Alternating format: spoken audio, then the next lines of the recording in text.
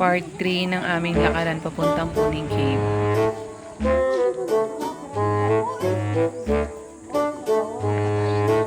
Oh, kaya pa ba guys? Lakad lang, tuloy niyo yan hanggang sa final.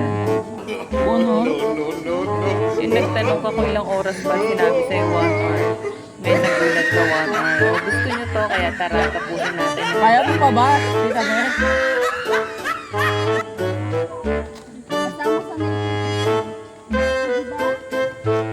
Kapag work, Nahirapan lang tayo.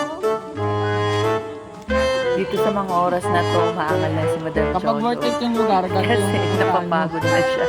Sino raw may pakana ng 3 piece na to?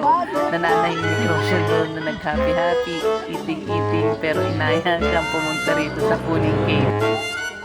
Shout out sa bunso ko na umaura pa, nag-post pa, nagpa-picture pa. Kaya sa susunod ulit. Bye!